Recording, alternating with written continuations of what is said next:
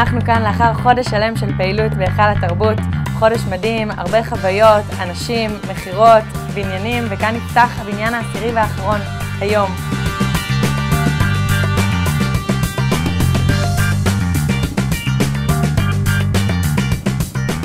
יש לכם פה כניסה למטבח, פינת אוכל, סלון. לאורחים זה ודאי יכול לשמש. זה נכנסת פה איתה, אין לי מושג. כן, כן, כן. שפה, אם אני מסובבת את זה, אנחנו הולכים ליצור רחוב חדש, שהוא יקרא רחוב המוזיאון. איך היה לך לחיות כאן חודש בהיכל התרבות? נהניתי מכל רגע. אמנם השעות היו מוגזמות, אבל החוויה של פעם בחיים. ראית פרויקטים כאלה בעבר? בחיים לא, ואני לא מאמינה שאני עוד אראה בכזה סדר גודל. היו כאלה שרכשו במקום דירה, היו כאלה שהלכו והצטערו שלא קנו ביום הראשון דירה, וכשהם הגיעו לקנות למחרת כבר הדירה לא הייתה. בחדר אחד דיברו על דירה מסוימת שכבר נרשמו עליה בדירה במשרד אחר, וזה יצר איזושהי תחושה של ככה אנשים רצו להשיג את מה שהם באמת מחפשים, ובגלל האמון ההדדי שנוצר בין אנשי המחירות לקונים, אז מצאנו להם, תמיד תפרנו להם את הדירה שהתאימה להם, הדירה הטובה הבאה.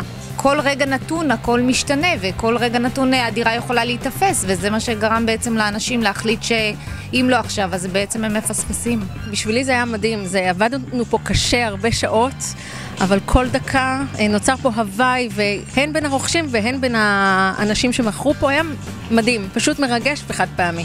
בתור איש מחירות זה היה מדהים, אנחנו אנשי מחירות רגילים, אפילו פרויקטים מצליחים. לשניים, שלושה אנשים ביום שמגיעים למשרד המחירות, שזה פרויקט מצליח. אז להתעסק בו זמנית עם שלושה אנשים שמחוץ לחדר, ובחדר להתעסק עם עוד שני אנשים שצריך למכור להם, זו חוויה מסחררת. 2,243,000. בסדר? אנחנו מדברים על דירה אחת ליד השנייה.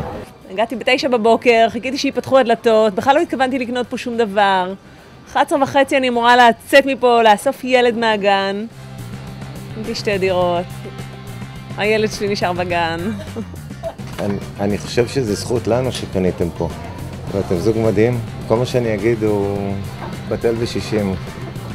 חדשו. לי באופן אישי זה מאוד יחסר ביום חמישי בבוקר. לא להגיע לכאן, או במוצאי שבת לא להגיע לכאן. כל הדינמיקה וכל הפעילות שהייתה לנו, והאנשים הנהדרים שהכרנו כאן, לקוחות מקסימים שהפכו להיות כבר כמעין משפחה. בחלקם אני בטוחה שאני אשמור על קשרים גם ל5 שנים הבאות. אני באופן אישי מאוד נרגשת. ממה?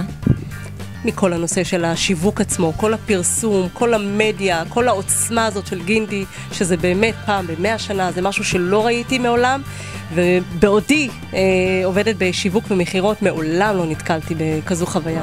זה נכון לגבי דירות של 2, 2.5 ו3 חדרים כולל. מדירות של 4 חדרים, הממד הופך להיות מחלון חיצוני, ואז הוא נחשב כחדר בדיוק. מה היה הדבר הכי מאתגר שאת נתקלת בו בעבודה הזאת? להעביר להם את החוויה של המחירה. זה לא פרויקט שנכנסים אליו מחר בבוקר, והיה נורא חשוב שהם יבינו שזה באמת, בשביל הדבר הזה, שווה לחכות. הם קונים פה, לדעתי, איך אני אומר את זה, במילים מאוד מאוד פשוטות, הם קונים דרך חיים פה. לקוחות פשוט ישבו במשך 5 דקות של פתיחת פגישה, אמרו אנחנו פשוט לא מאמינים את רמת השירות, את הודעת השירות שהגעתם אליה. הלקוח שהגיע לכאן, הוא הגיע למשהו חדש, משהו שלא היה בעצם בארץ, ולדעתי לא היה בעולם. באזור ההמתנה הם יכולים ליהנות מארוחת טאפסים, יוגורטריה, והכי חשוב, חדר הקרנה יהודי שבו יש סרט של כ10 דקות, שלמעשה מדמה את הפרויקט הזה ונותן תחושה של מה שהולך להיות פה בעוד מספר שנים. אם זה 3 פלוס ממ"ד, יש לי אותה בקומה 6, היא בעצם 82 נטו פלדלת פלוס 10 מטר מרפסת. איך הצלחת למכור ללקוח דירה על המקום? מה בעצם עובר ללקוח בראש ברגעים האלו? זה גם יכולות אישיות, אני מניחה, זה דבר אחד. דבר שני, זה באמת מה שנקרא, כל הפסיליטיז ובאמת מה שיש לך להציע, ואין ספק, זה הסייט שלו. אתר האינטרנט שלנו הוא אתר שהלקוח גם מהבית אחרי שהוא ביקר כאן, יכול להיכנס דרך אזור אישי. באזור האישי הזה למעשה רואה את כל טיפוסי הדירות והמוצרים שבהם הוא יתעניין במשרד המחירות. מה שראינו בהדמיה לעניין החדר כושר, בכל בניין יש את זה או שזה משהו שבקאנטרי? לא, זה הקאנטרי. עכשיו אנחנו מחויבים בתשלום כלשהו או שרק אם אני בוחרת לעשות מנוי אז אני... רק אם את בוחרת לעשות מנוי. יפה. לבנות שכונה בתוך תל אביב ושהם יהיו חלק מהשכונה הזו, זה לא חלק מבניין, זה חלק משכונה.